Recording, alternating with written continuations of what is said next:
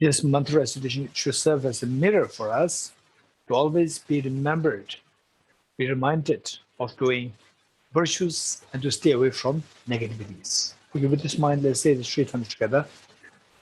Om ye dharma hetu prabhava hetum tesham tathagato yavatat tesham chayo nirodha evam vati mahashramanaye swaha.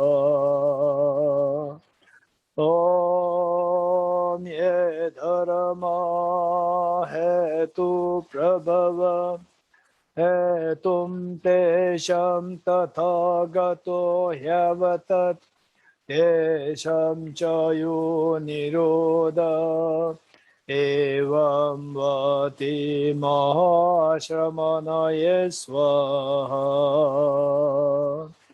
Om ye dharma hetu prabhava hetum tesham tathagato yavatat tesham chayo nirodha evam vati mahashramanaye swaha. All phenomena arise from causes. The causes are taught by the Tathagata. The cessation of the causes as well is taught by the great seer. Okay, continuation from where we left. Stanza, verse 14. Verse 14 from Guide to the Bodhisattva Flight, chapter 9. Okay. With the form, with the absurdity number 4, pointed to by the advocates of objective existence or the opponents against the Bodhisattva Shantideva or against the advocates of subjective existence. Stanza 14 reads, well, even an illusion cannot be turned back unless the continuity of its causal conditions are seized. Be it illusion-like or illusion, they all both arise from their respective causal conditions. As long as causal conditions are there, be it illusion or illusion-like will continue. And then if the causal conditions continue for 1 year, then illusion, be it illusion or illusion-like, will continue for 1 year. If it continues for, like, say, eternally, then the illusion, be it illusion-like, will last for eternity. So whereas, let's say that we are suffering, we have all our mental, say, the anxieties, anguish, the pains are there. And even these pains, they're also because of causal conditions. And even these pains are also illusion-like. And they have the illusion-like causal conditions. When the causal conditions, these causal conditions stop through skillful means, then even these pains will stop. That is when we experience what is referred to as the nirvana. So it says, yet when the continuity of those conditions ceases, it does not arise. It here refers to the undesirable experiences or desirable experiences. Whatever experiences, if the continuity of the conditions which are responsible for giving rise to these experiences, if these stop, then these experiences, be it happiness or suffering, let's say for us, COVID-19, for us, the anxieties, feeling of uncertainty, feeling of the fear, any form of fear will not arise even on the conventional level. Okay, this is where we need an extensive study of the emptiness, extensive study of dependent origination, extensive study of the 3 levels of dependent origination. These will help us eventually to see that everything is coming to us the same point. There's no contradiction there with the conventional experiences, with the emptiness of objectivity, the subjectivity, infallibility of cause and effect. All these things can be seen as the seamlessly operating in total the congruence, without any contradiction. Okay, the next. Refuting the objections of the Chitamatrans. Okay, now what we're talking about is the subjectivity. Finally, to wake up from the sleep of ignorance, so that the dream created by the ignorance, the dream light created by the ignorance, or the unconventional dream created by the ignorance cannot affect us at all.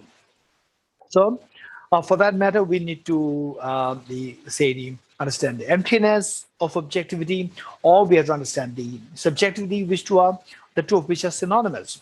And for that subjectivity, we are discussing many layers of subjectivity. So some of the layers of subjectivity are being discussed here, which are in fact the most important the kinds of subjectivity. So one is just say things are all solidly there, what we can see, as substantially there, as opposed to subjectivity. This is one part. Now it's becoming, we are climbing to the next step, which is the Chittamatra school, which talks of subjectivity on a subtler level. Subjectivity as opposed to externality. Subjectivity as opposed to externality. This is very important. Now we are moving to a next layer of the understanding of the subjectivity. Okay, first, before we go through these discussions, we need to have the basic framework of the Chitamatra's concept of subjectivity. For them, subjectivity means there's no external reality. What is seen as, for example, let's say this flower. What do we see as the flower which is seen as so external? External meaning object and a subject. There's a gap, space gap. Space gap, that is the meaning of the externality. So I came from outside this building. Outside. Outside meaning that where you are now and where you were before, there's a space gap. This is known as the outside and inside. So Chittamatra would say that what is seen as outside versus inside, meaning your mind versus object which is separated from your mind in space and in time, that is illusion. So there's nothing that's outside, it's purely subjective, meaning subjective as opposed to outside, as opposed to externality. This is so important that we need to keep in mind. So for this matter, we need to, oftentimes, say, given that these, the philosophies, these intricate, we require lots of examples and your own personal experiences. You have to bring all this together to gradually create this concept to be acceptable and that we can digest these concepts. This is so important for us to bring as many examples, and they're two very convincing examples. Okay, so Chittamatra meaning mind-owning school. Mind-owning school, their version of the emptiness is of course very different from the Prasangik version of emptiness, but we do find some acclaimed scholars, the professors, including professors from universities who teach Buddhist philosophy and who have been respected as great scholars. But in actuality, many of them, they do not really learn these concepts, these different philosophical positions systematically. Instead, they have some background in some other philosophy, and then they read this Buddhist philosophy, Chittamatra, Madhyamika, and then they create their own concepts. And many of them would say that Chittamatra philosophy and the Prasangik philosophy, there's no difference. It's the same. It's just a matter of difference in time of the evolution of these concepts. Otherwise, it's just the same concept. This is totally bizarre. This is totally wrong, because there's a stark contrast in the experience of the two. So for that matter, it's so important if you really want to say look for ways to get into the fears of life, then we are not to take things lightly. We have to take things very seriously. We have to explore precisely how, for Chittamatra, of course, these are all taught by the Buddha himself. At the same time, they are further explicated by the great masters.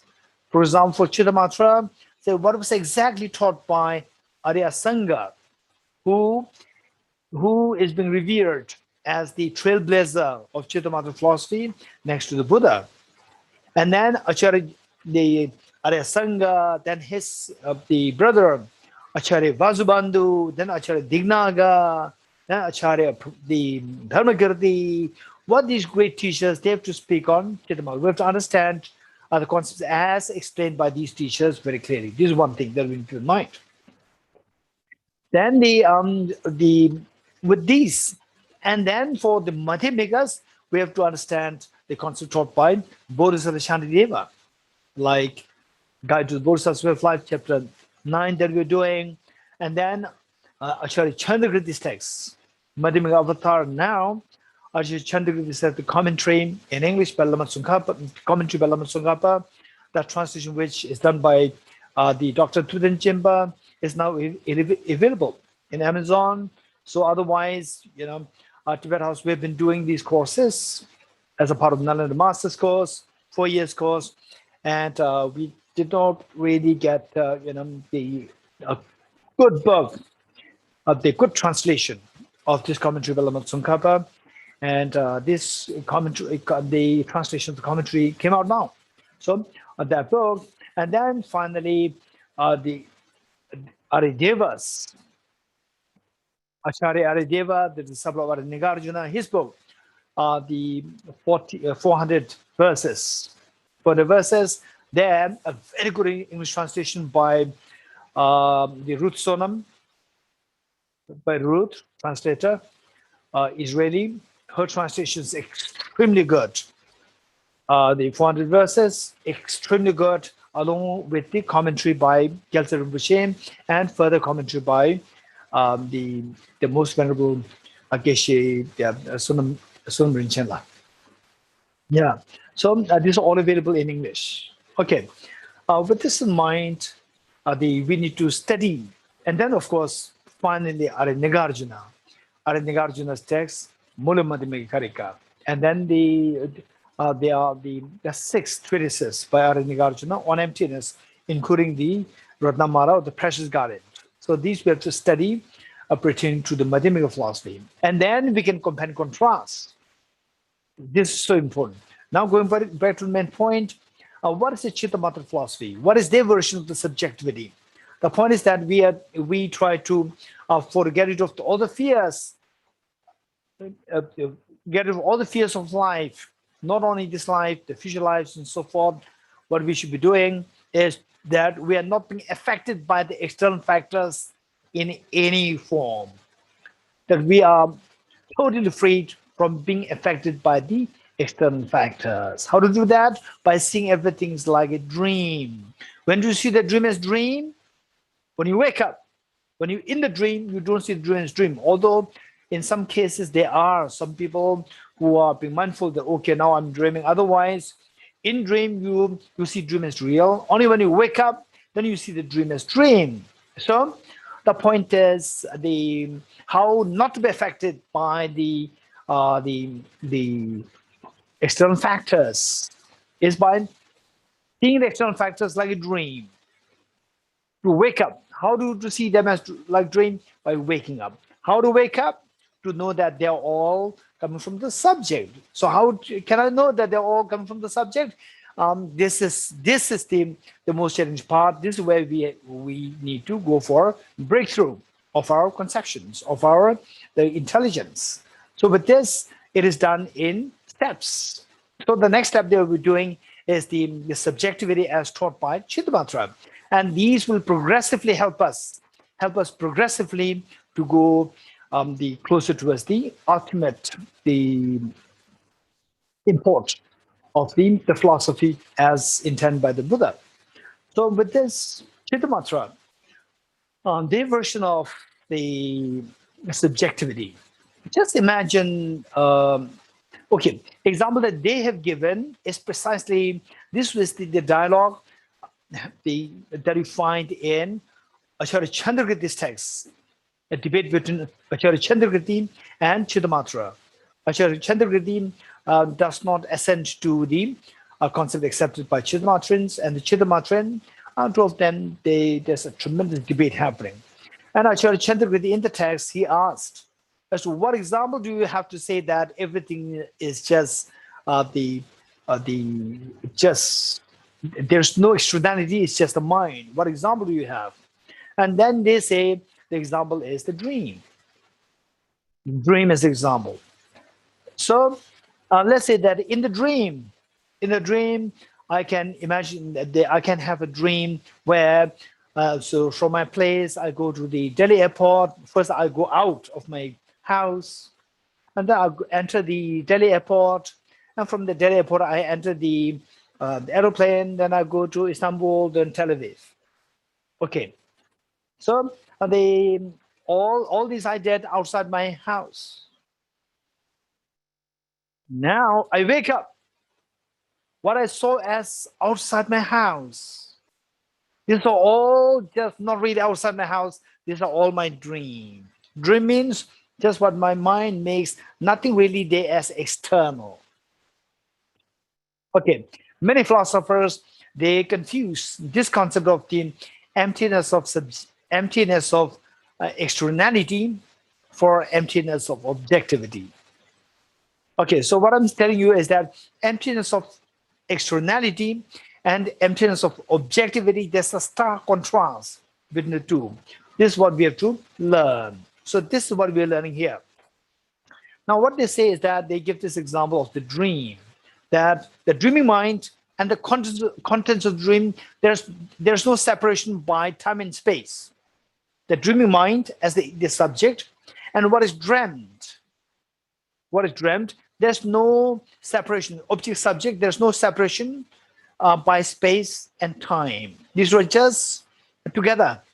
Together, the dreaming mind and what is dreamt. These two are together. Okay, simple example that I can give you is the mirror. The mirror is a perfect example. It's a very good example for us to understand Chittamata's concept of this subjectivity. Say the mirror, I keep a mirror here. I keep a mirror here. And to this mirror, on this mirror, we can have reflections. The reflection of trees, reflection of the prayer flags, reflection of flowers, reflection of the books, and so forth. And as the book is taken away and the replaced with a flower, a reflection of flower comes, but the mirror always remains the same. How many agree with me? Sense? Very good. So mirror is the metaphor for a mind. And what you see, what you experience, objects that you experience, they're all like reflections in the mirror. And the mirror and the reflections mean that there's no space between the two. There's no space between the two in terms of space or time. There's no gap between the two. So where the mirror is, you see the image there. The mirror and the image, these two are mixed. But these two are mixed in such a way that the mirror is very stable and the image can be changed very often. How many agree with mirror sense? Okay. If you agree with me, if you understand it, then there's a possibility for us to understand what the Chittamatra is saying. So your mind is like the mirror, which is very stable, and all what we're experiencing, they are like the reflections in the mirror. And the reflections in the mirror, the reflection mirror and the mirror, there's no space gap. Likewise, what we are seeing as something so external, they are like the reflections in the mirror of your mind. There's no space gap. Because there is no space gap, there's no inside and there's no outside. So there's no outside there. Given that there's no outside, there's no externality.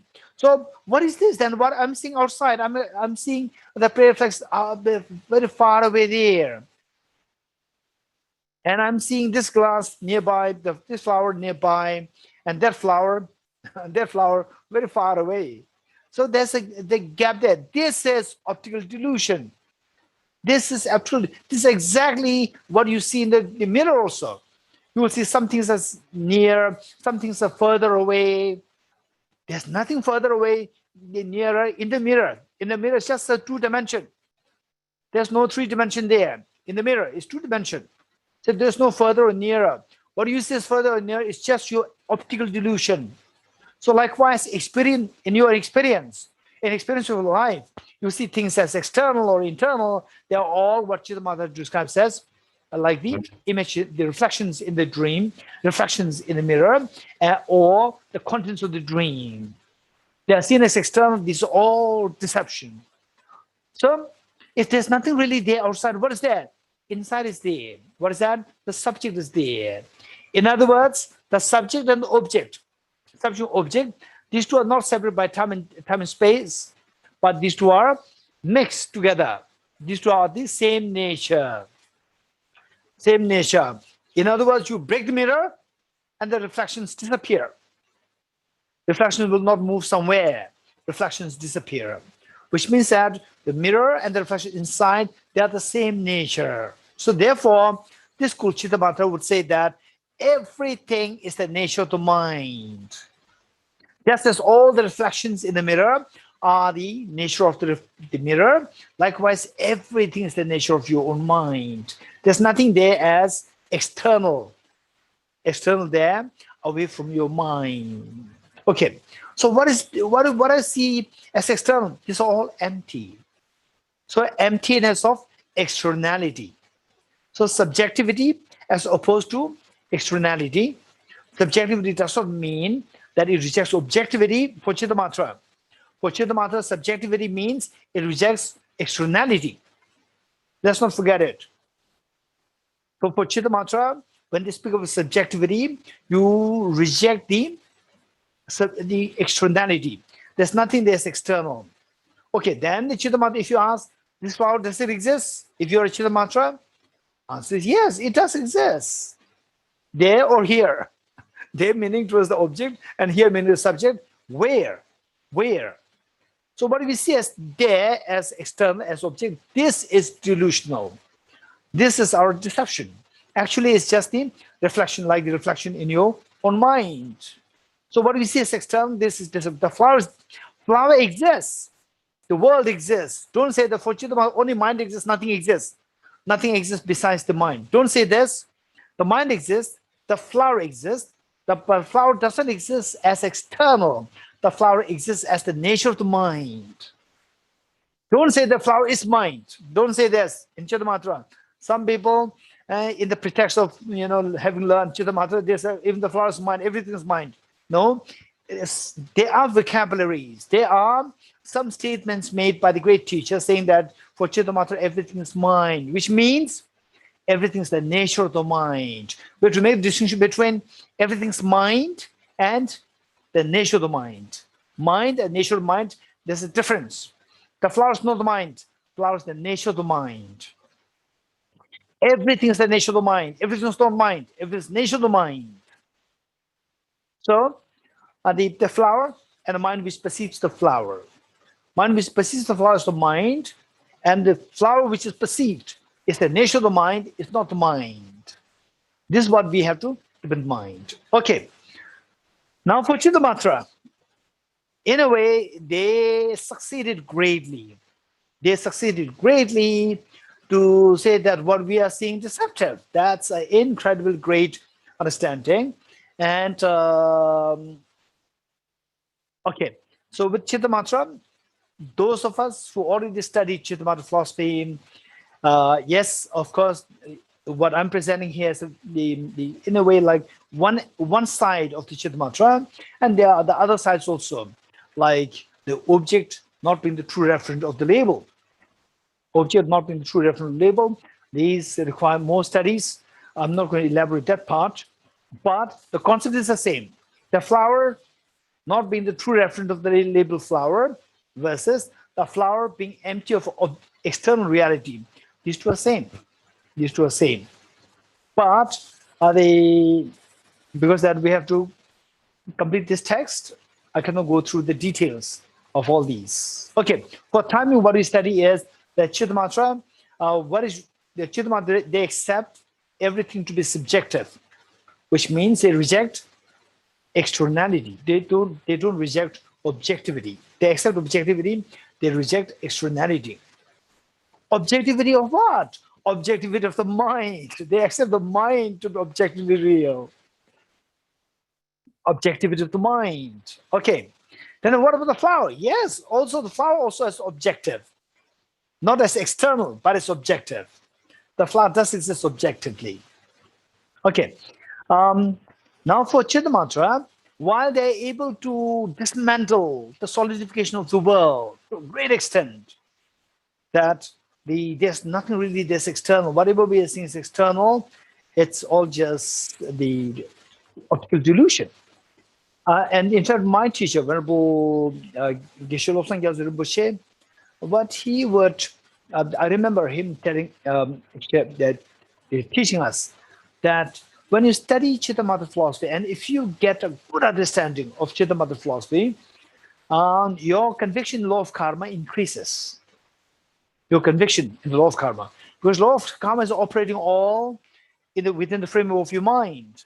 And when you say that everything is just nature of your mind, then it becomes very easy for you to accept the concept of the law of karma. Okay, now one thing which is not agreeable, while the Madhyamikas, they will say yes, everything is subjective, and then they will say if subjective means there's no externality there, the mind exists as truly. This is what the Madhyamikas are not too happy. Particularly the Prasanga Madhyamika are not happy to say that the mind exists truly.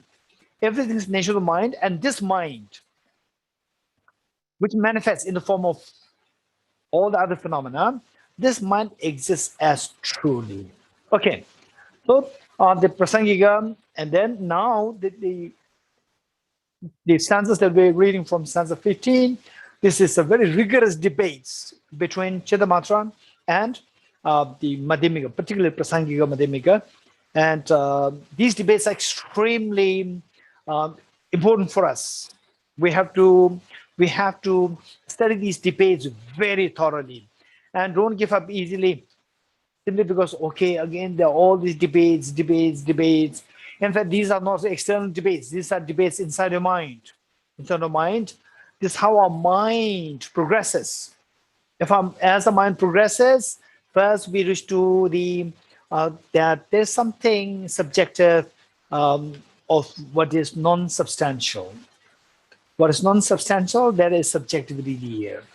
You upgraded from very low level as an understanding of the cognitive, the insight of the objects, to the subjectivity of the non-substantial phenomenon. Then from there we upgraded to the Chittamatra version, where everything is they're subjected in ways that the mind, whose nature manifests into all of the phenomena, this mind exists as truly. Then we move to the Madhyamika philosophy. This is how we progress along the cognitive philosophical insight of the reality. Okay, good.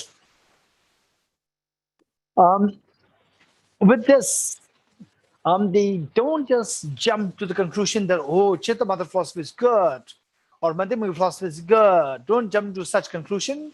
Simply learn both sides and try to be very objective to see which makes more sense. And even if you do get a sense that, okay, Madhyamika is more sensible, or some people may say Chittamatra is more sense, the point is that we should be very objective in our approach. We should be very unbiased, because sometimes some people, they are quite stern.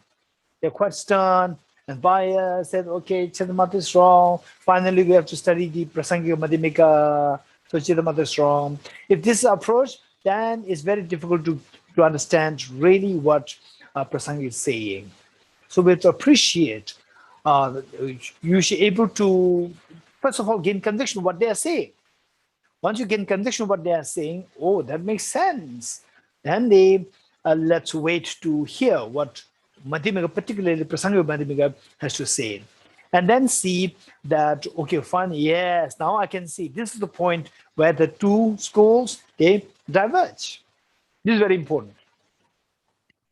In my monastery, particularly in Debung monastery, Debung monastery, the younger monks, when we are into the debate of Chittamatra philosophy, debate, and then in the night, after the debate, we come together, we sit together, have tea together, and then continue our discussions in the form of, okay, what exactly these schools are saying. And then my juniors, they would come, then we would just spend like, say the debate ends like 11 p.m. 11 p.m. and then 11:30, we get to a room, we prepare some tea, and then continue debate, discussions. Then 12 a.m., 1 a.m., 2 a.m., the discussions go like this. It's very interesting. And one junior at one point, then we discussed on Chittamatra. So he said that, and I said, yeah, Chittamatra philosophy is very profound. And he said that, no, I don't accept Chittamatra. Look at this. Look at this. He was hitting the ball where the mug, tea mug. He was hitting it, saying that, no, there's external there.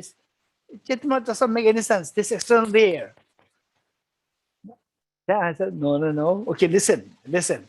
So what Chittamatra has to say, then I was explaining how what we see or what we hear, even these are all deceptive.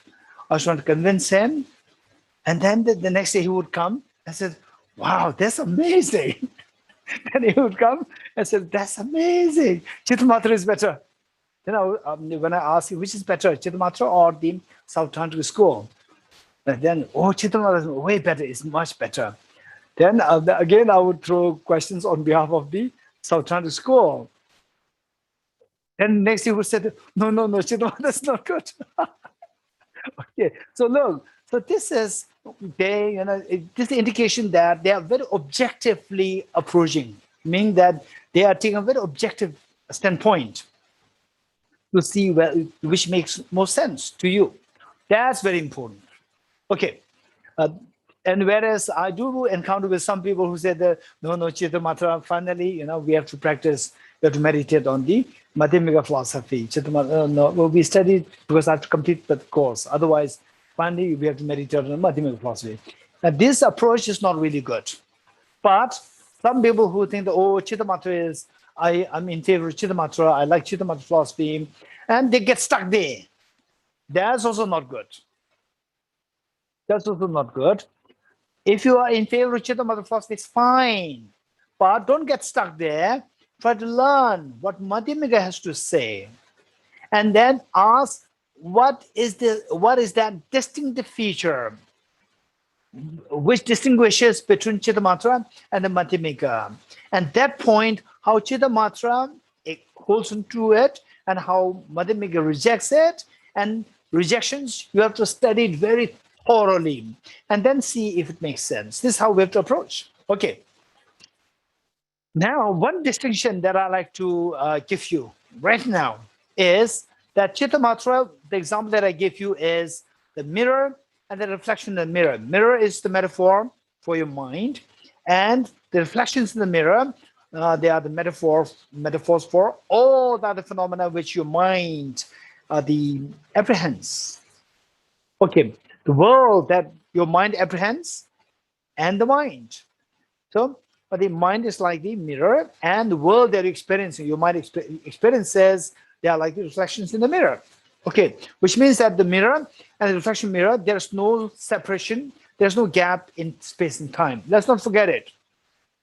One, that is the subjectivity, which means everything that comes to your mind or the mind apprehends, they are nothing but the nature of the mind. For example, the wall, and the painting on the wall, the murals, wall murals, and the wall. When you demolish the wall murals will disappear.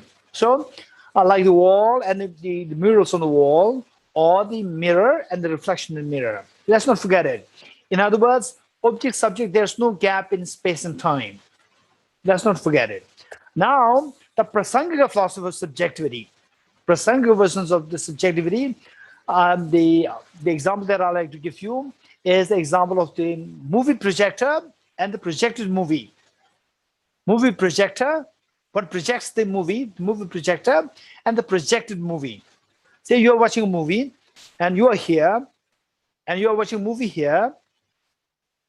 You are watching here, this side, and the movie is coming. This movie is coming from the projector, which is behind you. So, say the projector. Anytime the projector stops, the movie here stops. How many agree with me, Rishans? Very good.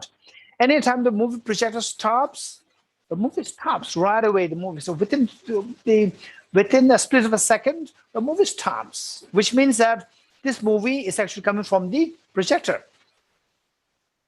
This movie comes from the projector. So the movie exists. Let's not forget it. This prasangika. The movie exists. The movie exists. Movie exists on the object, because this object. But the movie does not exist from the object. The movie exists on the object. It does not exist from the object. It exists from the subject. Because when the subject stops, projector stops, the movie stops.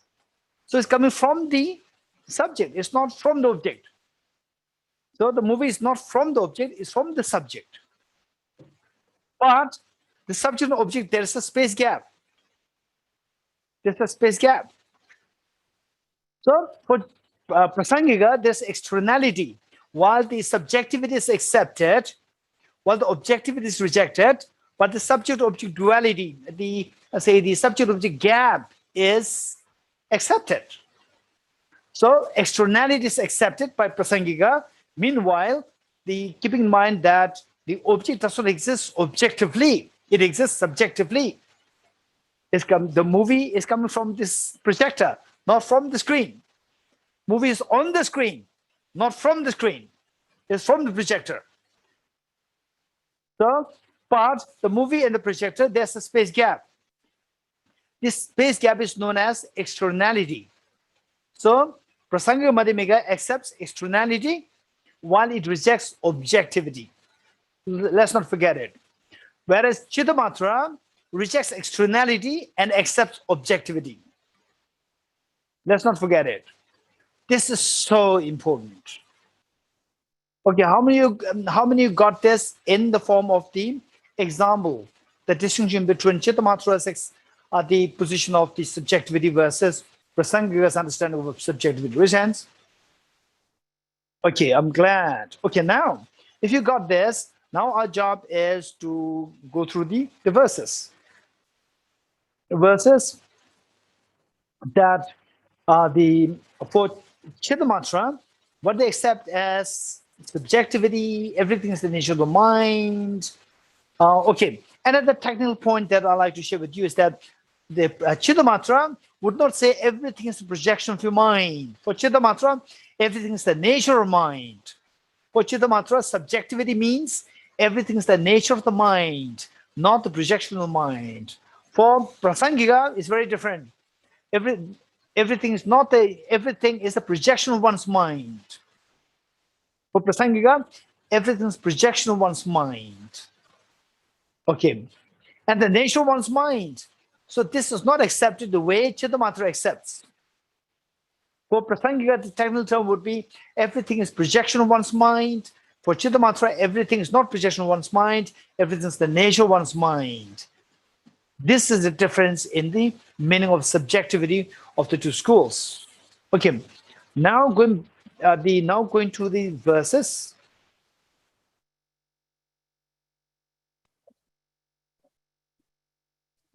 Okay, refuting the objections of the Chittamatrans. Now Chittamatrans, they come, Chittamatrans, and ask the prasangika or the Madhyamika, prasangika Madhyamika, saying that if you say that there's nothing objectively there, then there are so many contradictions. Like what? Okay, stanza 15. Suppose the Chittamatran, mind only school, you then ask, when even this deceptive awareness of it doesn't truly exist, but what is the illusion apprehended? So, say you are the advocates of the emptiness of objectivity, prasangika madhyamika, and say I am Chittamatran. I'm Chidamatra and you are following the Prasanga Madhyamika. So you say that, okay, what is this flower? Does it externally real? I'll say, no, it is the nature of my mind. And you as a Prasanga, you will say that this is externally real. External real. But does it exist objectively? You will say, no, it's purely illusion-like. Illusion is purely coming from your subject. Okay, now, if it is deceptive, what about your mind which sees this? You will say that even this mind is also deceptive. Deceptive meaning that it is also the nothing from the object. Even your mind is also object, subject, both. Both do not exist truly. Okay, now I'm asking you the question, when even the deceptive, the next line, when even the deceptive awareness, same, this is illusion-like, like a dream flower. And your mind is the one which sees this. So, but even the deceptive awareness, this mind which sees the flower, awareness of it doesn't truly exist. Not only the flower does not, for Chidamatra is very beautiful. Chidamatra says the flower does not exist objectively, but the mind which sees the flower, the flower does not exist externally. It is just the nature of one's own mind, but the mind exists truly. That mind exists, the mind is real. Now, Prasanga says that the flower is not truly real, and the mind is also not truly real. So if the mind is not truly real, it becomes like there's nothing really there to say that this is real. Then both become imaginary. If both become imaginary, then what is there? What is there to see this, or to say that this is illusion-like, this is not real? There should be something there. There should be a mind to say that this object, this flower is not real. This flower is object. This flower is the empty of objective reality. So this is deceptively existent. There must be a mind to know this. What is that mind? So for Prasangikas, even this mind does not exist as truly. When even the deceptive awareness, so this flower does not exist truly, that's fine. But there should be the mind which decides that this flower is not deceptively real. So for you meaning Prasangika, this mind even does not, even this mind does not exist as truly real. By what is the illusion apprehended? Then what is that object which apprehends the flower to be illusion-like? What is that agent that makes you feel that this flower is illusion-like? There must be agent within you. What is that agent? And you said the mind is deceptive. It's not truly real. Then what is there within you which is truly real to say that this object is deceptive? Okay. By what is the illusion apprehended? What agent within you decides that this flower is like illusion? Well, this is the answer by Prasangikas. Well, since according to you, the illusion itself, now, the Bodhisattva Deva, instead of giving the answer, he was turning the table to turn the debate against Chidamatra. Okay, for you meaning you meaning me as a Chidamatra. Now you are saying, okay, fine. So you are telling me that this is illusion. What decides that this is illusion? What is that agent? Your mind does not exist truly. It does not exist truly. So what agent is there to say that this flower is like illusion? Okay. So Bodhisattva Deva, before giving the response, he turned the table to me, or to the advocate, to the Chidamatrans, and said that for you, forget about the subject. There's no object also for you, right? For you, there's no externality. So it says, well, since according to you Chidamatran, illusion meaning the object, illusion itself does not externally exist. For you, there's nothing really there's externally real. Then what is being apprehended? That mind, you say, which exists truly. What is that object that this mind apprehends? There's nothing there as object there which this mind can apprehend. So the Chittamatrans are debating against the Prasanga, saying that you don't have the subject which understands that this is illusion.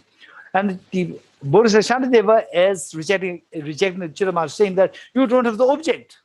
If you don't have the object, what is that mind doing? What is that mind doing? Mind, the purpose of the mind is to know the object. There's no object there for you to know. Okay. Number 16. Suppose you answer. Now, this is so important. So this following, the following verses, they are going to be for some of us who are not the system, who have not studied the, let's say, Madhyamika Avatar. For sure, it's going to be a little technical. And don't worry, I'll try to explain it as simple as possible. I'll try not to miss the points. And then I would, for those of us who already studied Madhyamika Avatar, for you it's fine.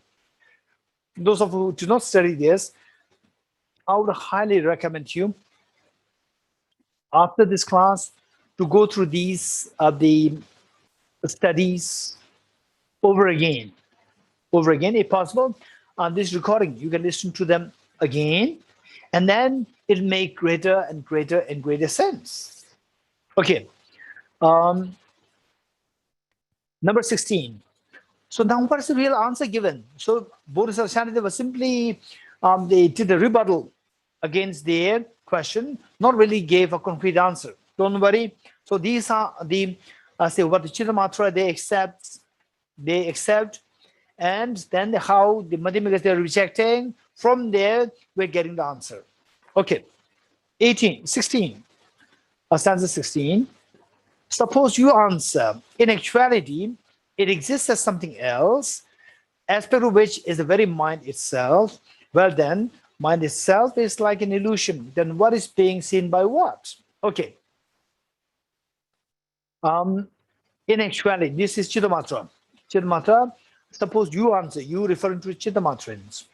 If Chittamatrans, you say, in actuality, say this flower, in actuality, it refers to this flower, exists in something else, exists as something else, meaning it appears as external, but it exists as being empty of externality. It exists as the nature of the mind. It appears in one way, but exists as something else. Something else meaning it exists in the nature of the mind. It doesn't exist external, but it appears as external. Aspect of which is the very mind itself. What is this flower? This flower is nothing but the nature of one's own mind, like the reflection in the mirror. Like the reflection in the mirror, this flower nothing but like the aspect meaning like the appearance or the reflection. This flower is like the reflection of the mind. The mind and this flower, there's no space gap. What we see as space gap, this is delusional. This is totally optical delusion. The aspect of which is the very mind itself, meaning that this flower is the same nature as the mind. Same nature as the mind. These two are like the mirror and the reflection in the mirror. Then, well, when mind itself is like an illusion. Okay, now. Okay, how many of you, by the way, tell me, how many of you see that Chittamata's philosophy is nice? Whether you accept it fully or partially, it doesn't matter. Chittamata's philosophy is nice. That what I'm seeing is just appearance, like a dream. In the dream, we see as externally. Only when you wake up, we come to realize that there's nothing external there in the dream. How many agree with Nirishan's? In the dream, we see things as external. When you wake up, you come to discover that what we say is external in the dream is just not eternally external. They're all just a nature of my mind. Nirishan's? Yes. Okay, even if you think you are Prasangika, still this is a reality. What the Chittamatra said, this is reality. Okay, now the next point is from this what they say, what impression we get is that, okay, what I am seeing is just a nature of my mind. But my mind exists as real. Be in the dream or coming out of the dream, the mind continues. Mind continues. What is happening in the dream, the contents of the dream, they all, when you wake up, they all disappear. But the mind continues. The dreaming mind and the waking mind, the woken up mind, these two are the Same continuum. So the mind is so real. Okay. Now my question to you. Okay. My question to you. Okay, what is in my left hand? Anybody raise hands very quick?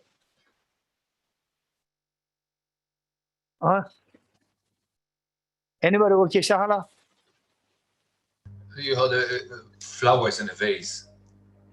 Okay, the flowers in a vase. Okay, how many agree with Shahala? Raise hands. Okay, this is easy, right? This is easy. Okay, next question. How do you know that there's a bunch of flowers? I'm holding a bunch of flowers. How do you know that? Okay, Ruchitaji. Geshe, I can see the bunch of flowers in your hand. So Okay, I can see. So what you said, my first question is, what is in my hand? You said a bunch of flowers. You all agreed. My second question is, how do you know that there's a bunch of flowers in my hand? You said, I could see. My eyes could see. How many of you agree with Ruchitaji? Raise your hands. Very good. Okay, my next question. How do you know that you are seeing the bunch of flowers in my hand? You're getting it? First, how do you know what is in my hand? The flower. Number two, how do you know that the flower I have flowers in my hands? My eye consciousness, my eyes could see this. And how do you know that your eyes could see the flowers in the hand? Anybody raise hands? Okay, Irit. My mind knows it. Okay, so how your eyes, how your eye consciousness, or how your eyes, how do you know that your eyes could see the flowers in my hand? My mind, my mental consciousness knows it. Fine. Next question. How do you know that your mental consciousness knows the eye consciousness knows the flower? Raise hands. Okay, Leorala. I'm aware that I'm aware. Sorry, you are aware that you are aware. Okay, so you are aware. You are aware. Which is what is that agent? What is that agent? What is that agent which is aware that you are aware? The mind is aware of the mind. The mind Okay, can see the which mind. means which mind? The Iris mind, the mind which saw the eyes, which knows the flower, the same mind or a different mind? For Chittamatra, a different mind. Yes. No, for you, no, for you. For me, Don't start with Chittamatra. Start with you. when is So it? only if you only all of us here. Okay, listen.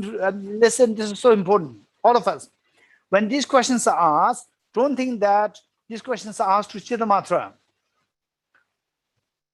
Think that these questions are asked to me, right? Me, meaning each one of us.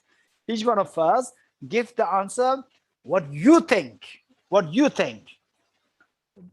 Don't give me the answer of some other's philosophy. No, give me the answer what you think. You. It can be philosophy. It can be your natural thinking. It doesn't matter. What you think is the correct answer. What you think. This is the point. Okay. So my question is, so first, how do you know what is in my left hand? You said a flower, bunch of flowers. Okay, now the flower. How do you know that there's a bunch of flowers in my hand? My eyes can see this. I can see this. Number two. How do you know that your eyes can see this bunch of flowers in my hand? How do you know? My mind. How do you know that your mind knows the eyes which saw the bunch of flowers in my hand? How do you know that? Then the I'm aware of my own awareness. What is that agent? The which says I am aware. What is that agent? So the mind. Which mind? The same mind, point number three mind, or a different mind? If it's different mind, this is known as infinite regress. If it is different mind, this is known as the problem of the absurdity of the infinite regress. What I mean by absurdity of the infinite regret? It means that at the moment here in India, it is 2:58 sharp. Say I ask this question at let's say 2:55, 2:55, and then say the flower at 2:55. How do you know that there's the flowers of 2:55 in my hand? My eyes can see that. Your eyes can see that, which is 2:56. How do you know that the eyes could see that? My mind 2:57. 2:57 p.m. mind knows the eye consciousness having seen the flower. How do you know that your mind of 2:57 knows the eye consciousness having seen the flower of 2:55? How do you know that the another mind of 2:58? How do you know mind of 2:58? 2:58 knows that the 2:57 mind to know the eye consciousness seeing the flower of the 2:55. Next mind is yet to come. It is 2:58 sharp now. Next mind is yet to come. This is known as the problem of the infinite regress. Okay, so how would you respond to it? This is an incredible the problem. It's a philosophical problem. Okay, Gorilla. Krishna, I was just wondering if we could say then self-cognizing mind in this context. No, they don't come up with this context, that context. What do you think? No, the mind watching itself, so it would be the same mind, so that then the infinite regress is not there. It's the Point mind. is that don't include this context. This context meaning you're bringing some context of Chittamatra and so forth. What do you think? The same mind? Do you think that there's some kind of the operation mechanism within the mind which knows itself? Is what it's saying? Okay, so the point is that the mind. So what is that mind? This is the discussion. What is that mind? You go back like this, you end up in two. Either you have to you end up with the infinite regress, the problem of the infinite regress, or you have to accept what Gorilla said. There's some mechanism inside this mind which knows itself, which means this mind, the flower, eye consciousness, the mind, you don't have to go next. The same mind knows itself. This is known as, technically, this is known as self-cognizant mind. For Chittamatra, to defend that the mind exists truly, to defend their position that the mind exists truly, defend the position against the Prasanga Madhyamika, is that the acceptance of the self-cognizant mind. In Tibetan, it is known as Rangrik, self-cognizant mind. Okay, once you accept the self-cognizant mind, till somebody puts you further debate, you escape from all these complications. You escape, you are in safe haven. But if the Prasanga has come with the next question, then you're in problem. Okay, so the discussions, the Prasanga will come up with next question. How do you know that there is a self-cognizant mind? Now, if this question is asked, how do you know that there's self-cognizant mind? How do you know that there's self-cognizant mind? When this question is asked, then the Chittamata's foundation is shaken. The whole philosophy of Chittamatra shakes when this question is asked. And particularly when Prasanga rejects the existence of self-cognizant mind, then the whole philosophy of Chittamatra is dismantled. Because the whole philosophy of Chittamatra rests on the belief that there is self-cognizant mind. This is an extremely important point, and we must, first of all, be able to ask this question: what is in my hand? How do you know that there's the bunch of flowers in my hand? How do you know this? You learn how to ask this question. Once you learn how to ask this question, then the concepts become clear in your mind. Once the concepts become clear in your mind, then you will be left with only few choices of, of responding to this question effectively. Only the three options. One option, to go into infinite regress. It's a problem. Nobody will go into this direction. Second option is the self-cognizant mind. Third option is as accepted by, as they accepted by the Prasangika themselves. Prasangika, they also have to explain this. They also have to give the answer to the question which they asked to Chittamatra. They should also be able to give the answer. So they give the answer. This will come later. And so for Chittamatra staying self-cognizant mind, that is rejected. Rejected with the reasoning. Okay, let's see.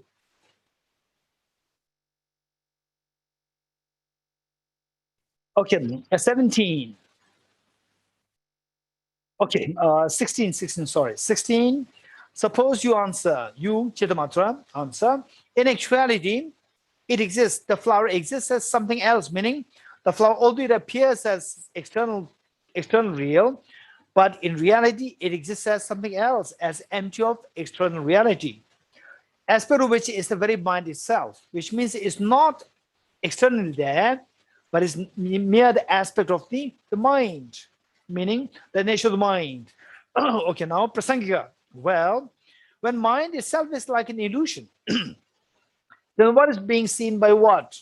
So, if this mind, the flower, and a mind which perceives the flower, not only the flower is like illusion, even the mind is also illusion-like, because you cannot justify the mind to exist truly. For you to say the mind exists truly, what reason do you have? And then they will say self-cognizant mind. Self-cognizant mind, they reject it. How? Okay, it will be rejected in the following verses. Self-cognizant mind cannot be accepted. If self-cognizant mind is not there, then when you accept, it becomes illusory, it becomes deceptive. So, well, when mind itself is like an illusion, because you cannot justify its true existence on the basis of self-cognizant mind, which acceptance of self-cognizant mind is going to be rejected in the following verses. Then what is being seen by what? What is being seen by what? So this mind you said is truly existent. This mind, what? What meaning? The mind as an object is being seen by what? Is the truly existent mind. How can you say that it truly exists? The mind exists as truly. To say the mind exists truly, there must be another mind to see that. What mind? There's no self-cognizant mind. Self-cognizant mind is going to be rejected. How rejected? Following verse. Okay. So the self-cognizant mind is rejected in two ways. One, by giving reasons. And number two, by citing, because the Chittamatras, they are the followers of the Buddha. So the Prasangika would cite the Buddha's own teachings, where the Buddha said that self-cognizant mind is not possible, number one. And then they also give reasons to reject self-cognizant mind. Okay, this is a very interesting discussion. At the same time, it can be a little technical for those of us who have not really studied this in detail, because the way of going through, this is actually the many days of teaching required, if not many months or many years, but for sure many weeks of studies required. Okay, let's see. First, the citing the Buddha. The guardian of the world referring to the Buddha. The Buddha said, in fact said, mind cannot see itself. The mind cannot see the mind. The Buddha himself said it. Which means, it doesn't mean that, for example, of course there is what is known as the reading somebody else's mind. Your mind reading somebody else's mind. Your mind reads somebody else's mind, meaning that your mind knows the other's mind. But what the Buddha is saying here is that this mind A cannot see mind A. The Buddha is not saying mind A doesn't see mind B. It's not what the Buddha is saying. Okay. The guardian of the world, the Buddha, in fact said, the mind cannot see the mind. And the example given, just as the edge of a sword cannot cut itself, Say, for example, a sword. However sharp the sword is, however sharp the knife is, the sword is, it cannot cut itself. Okay.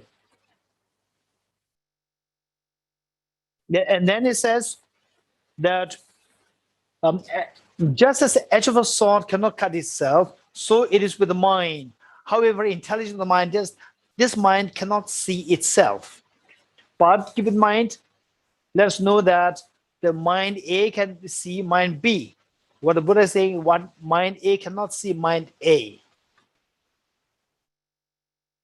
Number 18. Now the rejection on the basis of the reasons. What reasons are given here? Suppose you respond, but it is just like the way a candle flame perfectly illuminates its own characteristics. Okay. And now the Chitta Mantra, they would say that they would come with a brilliant example of how the self-cognizant mind is possible. For self-cognizant mind, first the okay, how many have never heard about self-cognizant mind concept before? Raise hands. Okay. Okay, it seems that most of us heard about it. Let me explain it very quickly here. A self-cognizant mind. Let's say that it is okay. First, I'll give you example of the example that they give, and then we can relate it to the self-cognizant mind. This example is brilliant. Let's say if we are in one room, let's say in the teaching hall here in Tibet House, and then suddenly there's some there is the power cut and no light at all. And then I raise my hand, and you are not seeing me. I raise my hand and I ask you, what is in my hand? What is your response? You will say, no clue. No clue. We don't know what is in your hand. And then suddenly the power comes. The power comes and you see a flower in my hands. Okay, what is in my hand? Flowers. How do you know that there's a flower there? What earlier you said that you have no clue. Now you are saying there's a flower. What is that feature which is absent in the first moment, and now which is present in the second moment, that allows you to say that there's a flower in your hand? What is that feature? Raise hands. Okay. Suma Karma Subala. Karma Subala. Unmute.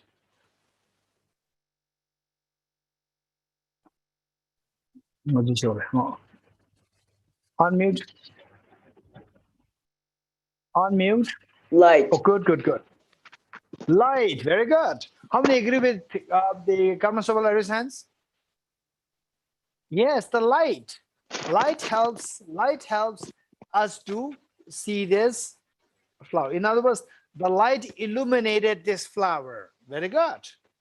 Now, not only that, okay, let's say that this light here in the ceiling, not only that this flower is illuminated, even this light is also illuminated. Not only that you see this flower, you can also see this light. So this flower, you are able to see this because of the light. But not only that you are seeing the flower, you are also seeing the light. What makes you to see the light? Anybody raise hands? Huh? Your eyes. Eyes. No, eyes you have even before the light was there. During the power cut, you still have the eyes, but you are not seeing the light. You are not seeing the flowers. Now you are seeing the flower as well as the light. The light illuminates the light. Okay, very good. So this light, what makes you see the light? What makes you see the flower? Because of the light. What makes you see the light? Light itself. How many agree with the Karma Subala? Raise hands. Very good. Okay. Now look, this light has two functions. One to illuminate other objects and the other to illuminate itself. This light has two functions. To illuminate outside objects and to illuminate itself. Likewise, Chittamatran, they are saying is that our mind has two functions. One to illuminate other objects and the other to illuminate itself. The mind has two functions. So with respect to the mind with respect to illuminate itself, it is referred to as the self-cognizant mind. It knows itself. It knows itself. While it knows other objects, it also knows itself. So the same mind is given two different labels on the basis of its functions. The same mind is referred to as the other cognizant mind with respect to this mind cognizing other objects. And the same mind is referred to as self-cognizant mind with respect to its function to see itself, to know itself. So this is the meaning of the self-cognizant mind. Okay, now tell me, how many you... Okay, now let us do one exercise. Just let us sit upright. Let us sit upright and just see what's going in your mind. Just observe what's going in your mind.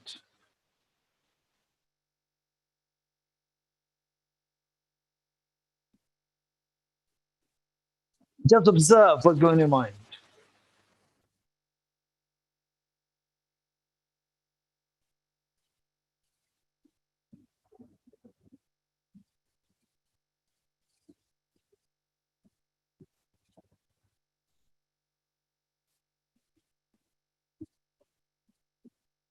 Okay, very good. Thank you. Now tell me, anyone, raise your hands. What did you see? What did you observe? Anyone? Very quick, to save time. Okay, Vardala. Unmute. Things that happened in my sense consciousnesses, in my direct senses, were reflected in my mind. Okay, what is coming to your sense consciousnesses? These are reflected in your mind. Your mind is just observing, but it's going in your sense consciousness. Very good. Anybody else? Very good. Very quick. Very quick. Quick. Sound. Quick. Sound. The sound. Very Touch. good. Thank you. Touch. Very good. Anybody else? Okay. The Milinla. Random images, Geshe. Random images. Gilala. Pain. Pain. Okay. Sorry. Okay. Alexi. Different thoughts about work, what I have to do at work. Okay. What I have to do? Okay. So they say when you observe it, you are seeing something. You are seeing your thought processes.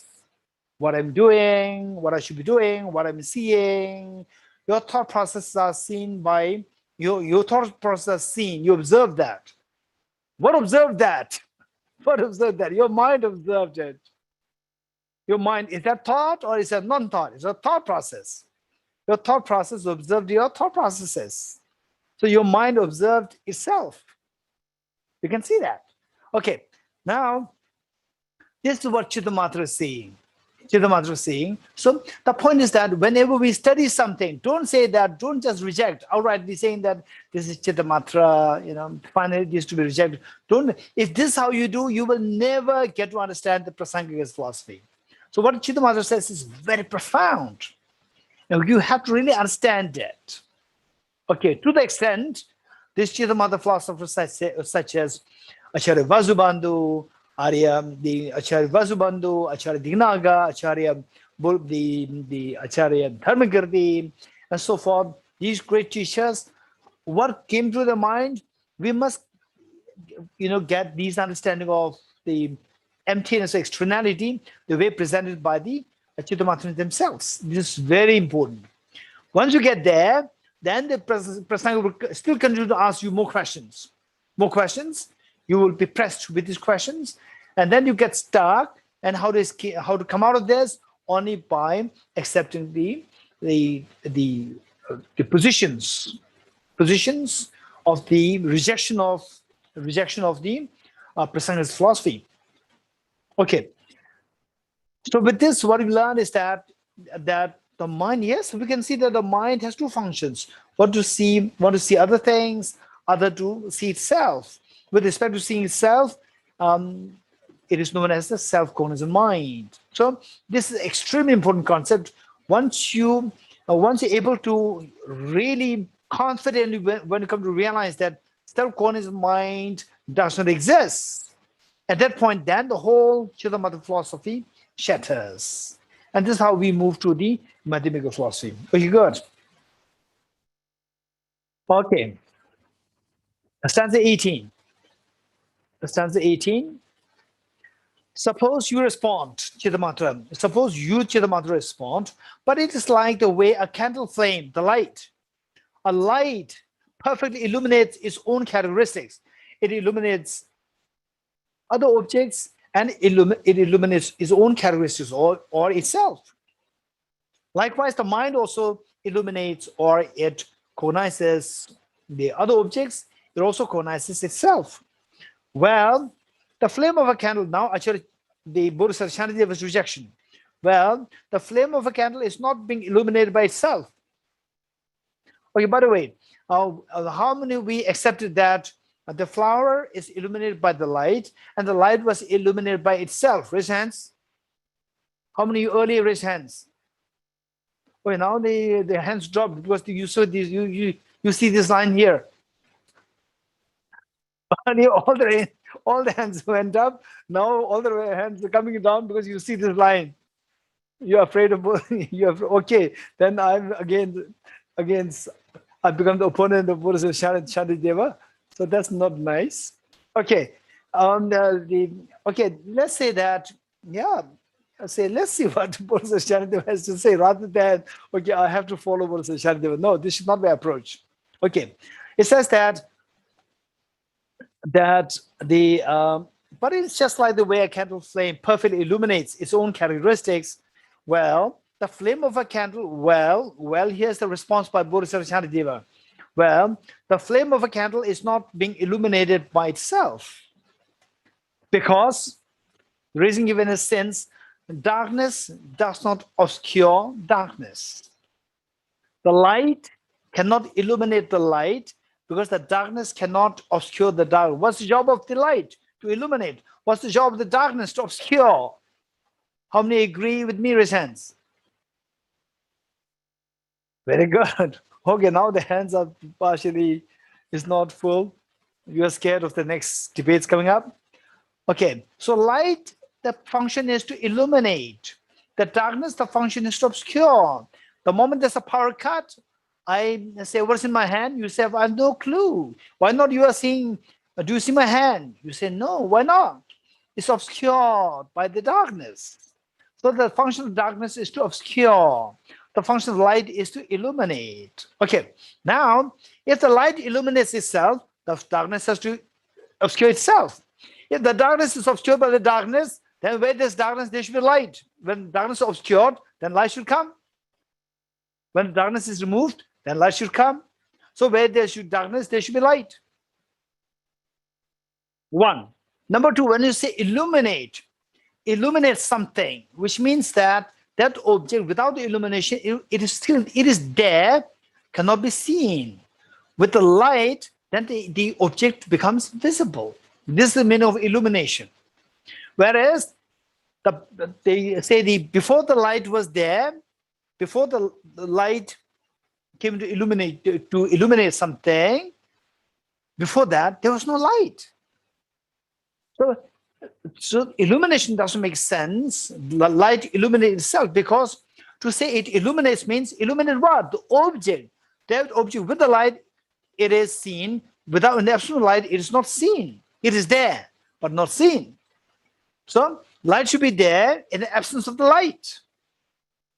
So if the light If the light does the function to illuminate the light itself, which means what is illuminated should be before the light. It should be there, before the light. So otherwise it doesn't make any sense to say that it illuminates. What is illuminated and what illuminates? What is illuminated? That should be, without this light, it should not be seen. It is there, but it should remain obscured. With the light, what was obscured should become visible. But this is not the case with the light. Okay. Then the next is another example Chitamata will give. The example Chitamata gives is that, okay, this is the blue. Do you see the blue or what? See the blue? Okay, this is blue. This is blue color. Okay, I said this is blue color. Some of you may see it's dark. It doesn't matter. So this is blue. Now, if I put a glass, if I put a crystal on the blue base, then this crystal will assume the blue color. Crystal will assume the blue color. How many agree with me? Raise hands. Very good. Okay. Now, whereas on the other, let's say this is the crystal, the colorless crystal, put on the blue base, it assumes a blue color. Then on the other hand, I have the lapis lazuli with the natural blue. Lapis lazuli with the natural blue. So Chitamata says that blue, there are two kinds. Blue, there are two kinds. One, the blueness because of some other factors influencing it. Say the colorless crystal, it becomes blue, it appears as blue, influenced by the blue base. Whereas the lapis lazuli blue, or this book blue, this blue is not influenced by somebody else. It's a natural blueness there, natural blueness. Likewise, say the Chitamata, they're saying that some objects are illuminated by the light, and the light, it has a self-illumination.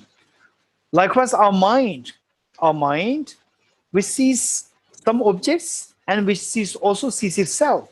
So the mind has a natural tendency. Lapis lazuli has a natural color, natural blue color. Likewise, the mind has the natural quality of illuminating itself. Okay, stanza 19. Suppose you replied, there's blue in a crystal, colorless crystal, resting on blue base, and an intrinsic blue, as in lapis lazuli, which does not depend on something else for its color. So like this, we see some things that depend on something else, and some that do not. Let's say that what is something which depends on others and something which does not depend. Say this. Okay. Example of the mirror and the reflection in the mirror.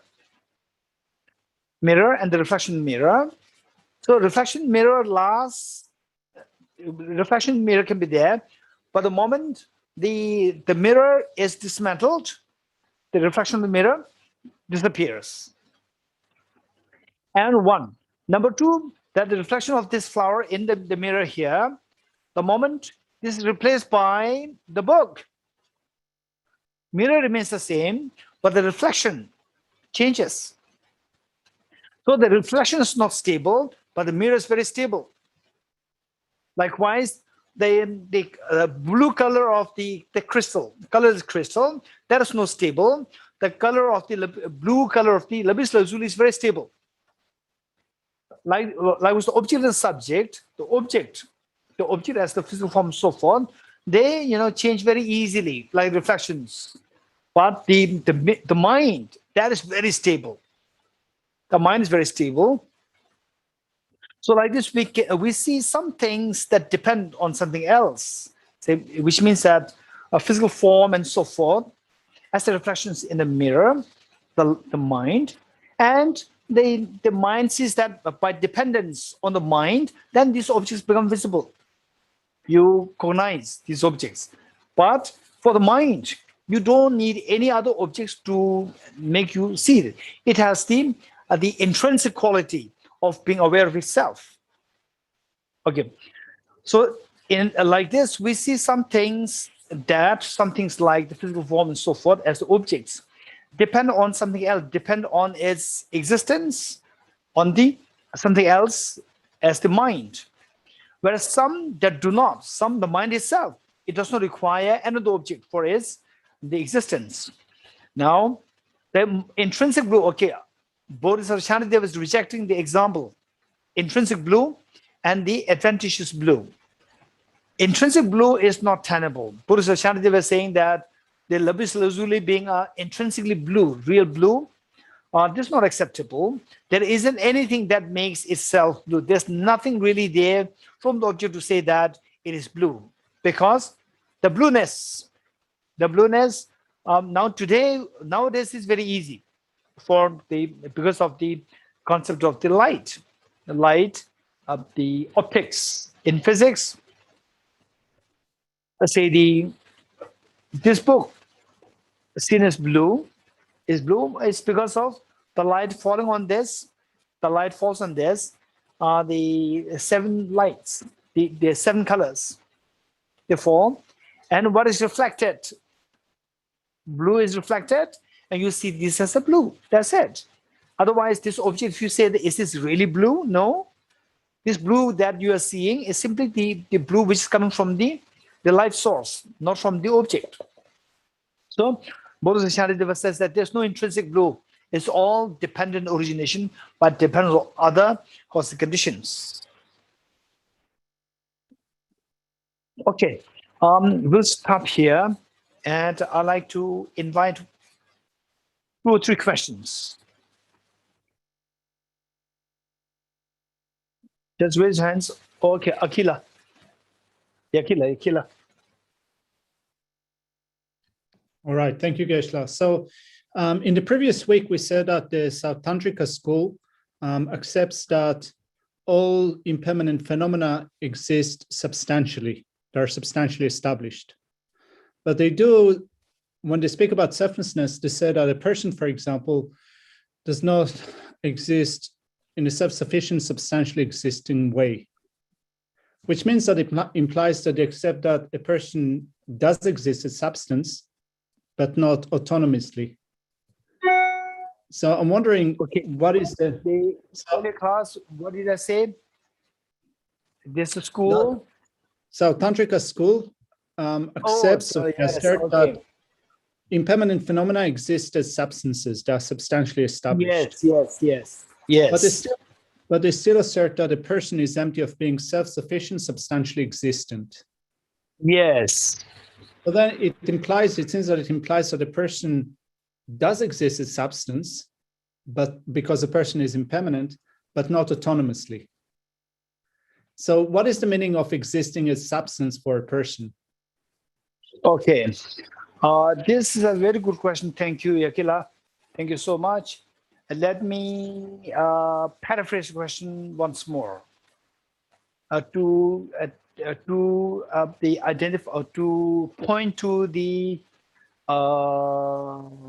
point to the seeming contradiction. On the one hand, what I said is that according to South Tantric school, impermanent phenomena and substantial existence, these 2 are synonymous. This is what I said. Then on the other hand, all the schools, with the rare exception of few, all the Buddhist schools, they reject the autonomous substantial reality with the self, with the person. But let's not forget it. So in other words, the self, Dorji, the self does not exist as autonomous substantial real. Okay. Then the self, which I'm saying that is not autonomous substantial real, this self is impermanent in nature. This self is impermanent. And what we said is that what is impermanent should necessarily be substantially real. So on the one hand, I accept the self to be being impermanent, it should be substantially real. Then on the other hand, we reject that this self to be autonomous, substantial, real. We have to reject it. So what is rejected and what is accepted? What is accepted is substantial reality, and what is rejected also substantial reality. This is contradiction. So how would you account for this? This is a good question. Thank you so much. Okay, we need to make a distinction between substantial reality and the autonomous substantial reality. There's a distinction there. There's a difference there. Substantial reality and the autonomous substantial real. And of course, those of us who are, what is this? What is the substantial real? Autonomous? What is the autonomous substantial real in the first place? Okay, and those of us who have this question, if you are very serious with this question, if you're very serious, then it is the right time for you to join Nalanda Diploma Course Batch 3 of Tibet House. All these are taught very systematically here in this Tibet House. This is so important. Otherwise, we can't expect to read book and you can understand it. No? Okay, this is a very good point. The distinction between substantial real and the autonomous substantial real. So the self exists as substantial real, but it does not exist as autonomous substantial real. The next question that you might have is that, what does it mean by autonomous substantial real in the first place? Then the next question is how this self does not exist as autonomous substantial real. Well, substantial real, that's easy. Last time I explained to you. Okay, so this self is made of substance. There's physical body there, there's substance. Is this made of electrons, protons, neutrons, right? There's a physical substance there. And the mind has a mental substance. The body has a physical substance. Combined together, there's a person which is constituted of physical and a mental substance. But this person does not exist as autonomous substantial reality. Some translators translate it as, it does not exist as, and so autonomous, they would say, the self-sufficient substantial reality. So I prefer to use autonomous substantial reality because it's simpler. What does it mean by autonomous substantial real? This is very different from the substantial reality, the substantiality, or the substance. These two are very different. Autonomous substantial reality has connotation that, okay, again, all these things we have to speak, we have to interact, and in the process of interaction, whatever answer that you give, you have to give it from what you feel, not what you've learned.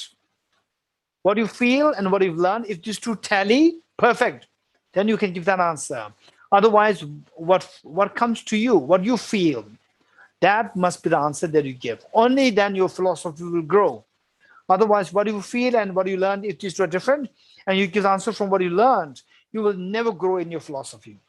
Okay, so with this in mind, the one question that I would ask is, okay, just pick up something from your table. Just pick up something, whatever's in your table, just pick that up and show that to me. Okay, Alexei, what is that, Charger? Charger. Okay, so you picked up, what you picked up, just look at it. Look at it with your eyes, not with your thoughts. Just look at it with the eyes. Make sure that you know what you're holding. Okay, good. Good. Good. How many have directly seen what you were holding? Raise hands. All of you. Okay, now don't change your mind.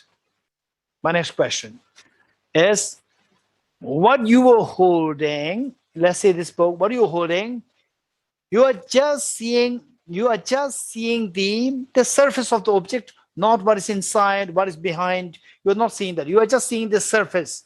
How many agree with me, Rishans? Very good. Okay, let's say the charger which Alexei was holding. Let's say like this charger. Let's say this charger. Okay, this structure. This structure. Let's say that what you are seeing is just the outside, just the outside, and the outside what you are seeing is not the structure. How many agree with me? Raise hands. It's just a very thin layer of the atoms. That's it. That's not the structure. Raise hands. Very good. Okay, which means that you have not seen, which means that you have not seen the charger directly. What you have seen directly is just a thin layer of the atoms, which is not the charger. Okay. Did you see what you were holding in your hand? Did you see that? Did you see directly? Okay, Leora is saying not. She has not seen that. Okay, so this is the question. Then if you say that, okay, yes, I've not seen it directly. Then what have you seen? I've seen something else. I've seen the atoms. Atoms are not the charger, are not the book. So remove this layer. Again, you see the next layer. Remove that layer. You don't see. You will never see the object directly. There's nothing to be identified there. There's nothing to identify there as the book or as the self there, which you can identify independently of identifying something else, which is not the self. You identify, say, the Dorji on the basis of what are you seeing, the physical body. So that is not the self. So the emptiness of autonomous substantial reality, the self, means that the self is empty of being identifiable. Empty of being identifiable as the self, independent of identifying another object which is not the self. Let me say it again. That the self is empty of being identifiable. That the self is empty of being identifiable as the self, independent of identifying another object which is not the self. Don't worry, I'll explain it. Okay, that you say that yes, I'm seeing Dorji, I'm seeing the Shahala, I'm seeing Liorala, I'm seeing Shukila. Yes, we are seeing that, yeah, I'm seeing this person, that person, so forth. But when we say this, we're actually identifying something else, which is not that person. So we identify this person, we have to identify this person through identifying something else, which is not the person. This is how we identify the person. So in terms of identification, there's nothing autonomous there to be identified as this person. We have to identify something else. We don't identify that autonomously. We don't identify the Mr. A autonomously. We have to identify Mr. A by identifying something else, which is not Mr. A. Mr. A is the thin layer of the skin, and not even the full skin. It's just the first layer of the atoms. That's it. And when you say identify the house, you are just seeing the facade of the house. You're not seeing the inside. And still you say that I've seen the house directly. So when identifying an object, if you cannot identify the object directly, instead you have to identify only with the help of identify something else, which is not that particular object. That is known as the object being empty of autonomous substantial reality. Okay, so it sounds a little technical because we are doing this should be actually a separate class because we are doing it very quickly. It may sound a little technical. Don't worry, just forget it for the time being. If you find it a little technical, but don't erase it altogether. If you're interested, you can be a part of Nalanda Diploma course. All these things are being discussed there in great detail. Okay, good. Ayakila, thank you. Okay, maybe last question if somebody has. Okay, Tenzi Dumala.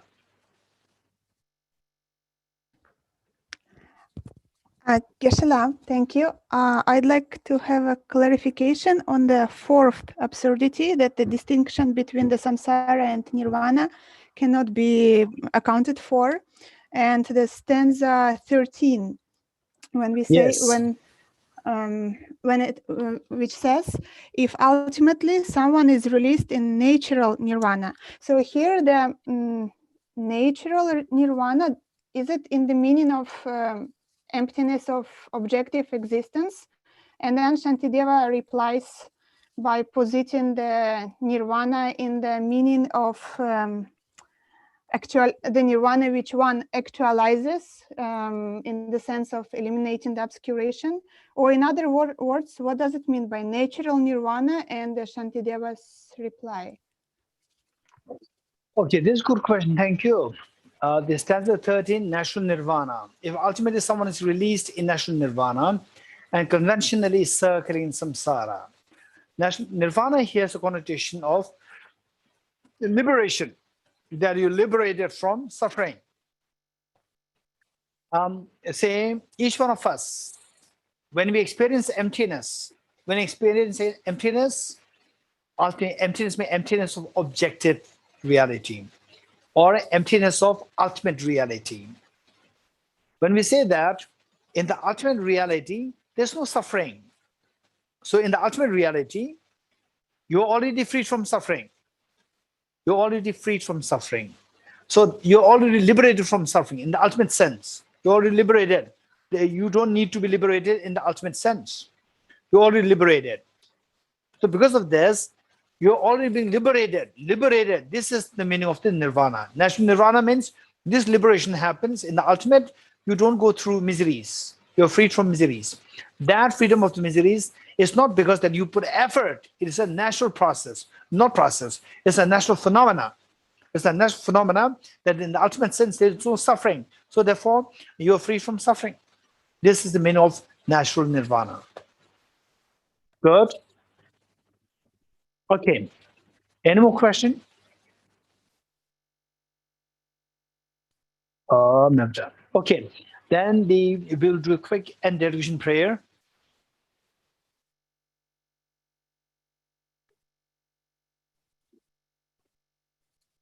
Okay, I request Senzin Hajullah to do the dedication prayers, lead the dedication prayer.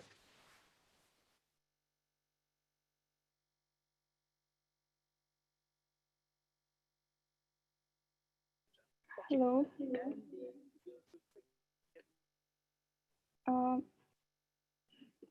Okay, additional dedication prayers. And the land encircled by snow mountains. Davidla, can you hear it 2 times echo? I don't know why there's echo in my. Can you hear me? Hello? Yes, now we can hear you all right. Now there's no echo. Okay, there's no echo. Okay, sure, thank you. Okay, additional dedication prayers. And the land encircled by snow mountains. Davidla, can you hear it 2 times?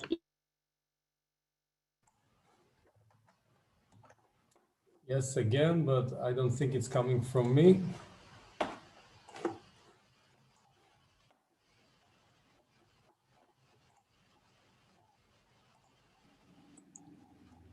Okay, additional dedication prayers. In the land encircled by snow mountains, you are the source of all happiness and good. All-powerful, generous, Tenzin Gyatso, please remain until samsara ends. Just as the brave Manjushri and Samantabhadra too realize things as they are, also I dedicate all these merits in the best way that I may follow their perfect example. I dedicate all these roots of virtue with dedication praised as the best by all the Buddhas who appeared in the 3 times so that I might perform the noble Bodhisattva's deeds. Chanchu sem chore poche ma ke pana ke gyuche ke vanya pa me paya kone kondu pe varsho May the supreme Bodhisattva that has not arisen arise and grow, and may that which has arisen not diminish but increase forevermore. As long as space remains, as long as sentient beings remain, until then may I too remain to dispel the miseries of the world. Due to the merits of these virtuous actions, may I quickly attain the state of a Guru Buddha and lead all beings without exception into the enlightened state. I dedicate the merit thus gathered towards the realization of the deeds and the prayers of all Buddhas and Bodhisattvas of the 3 times, and to the upholding of the Dharma of teaching and realization. May I, in all lives, through the force of this merit, never separate from the 4 V's of the Mahayana vehicle, and accomplish all the studies of the path, renunciation, bodhicitta, perfect view, and the 2 stages. With a wish to free all beings, I shall always go for refuge to the Buddha, Dharma, and Sangha until I reach full enlightenment. Inspired by wisdom and compassion, today in the Buddha's presence, I generate the mind of full awakening for the benefit of all sentient beings. I go for refuge to the triple gem. I confess the negativities individually. I rejoice in the virtues of all the beings. I hold the precious Buddhahood in my heart. By the power of practicing and supplicating to you, may all be free from sickness, poverty, and conflicts, and may Dharma and the auspiciousness proliferate in all the places where we abide. The path of the union of emptiness and compassion is lucidly explained by the protector of both the Dharma and the beings of the land of snows. You are the lotus holder, Tenzin Gyatso. We supplicate you that your wishes are fulfilled spontaneously. May the operations of evil thoughts and deeds of the negative forces of humans and non-humans who harbor malice through perverted prayers against the teachings of the Buddhas be totally vanquished through the path of the truth of the 3 duels. In all my lives, never separated from perfect gurus, may I enjoy the magnificent Dharma by completing the qualities of the stages and the paths. May I quickly attain the state of Vajradhara. Throughout my future lifetimes, may I always be guided by Arya Manjushri and be able to uphold the Dharma in general and the teachings on dependent origination in particular, even at the cost of my life. Heart Sutra Mantra 3 times. Page 30. Thank you, Devila.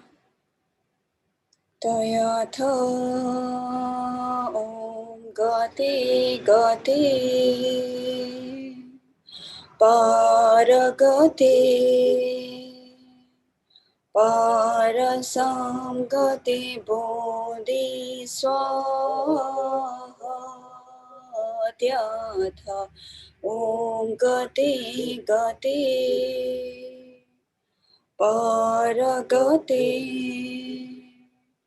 Parasamgate Bodhi Swaha Tyatha Om Gate Gate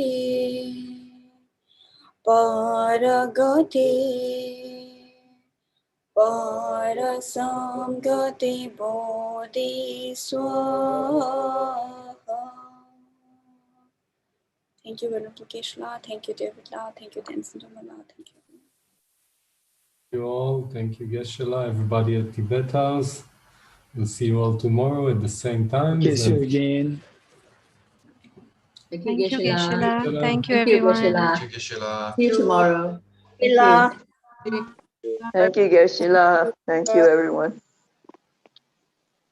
For the Hebrew-speaking students, we have a revision with Venerable Yakila at 2 o'clock, so you're all welcome to join. Thank you. See you all tomorrow. Bye. Thank you.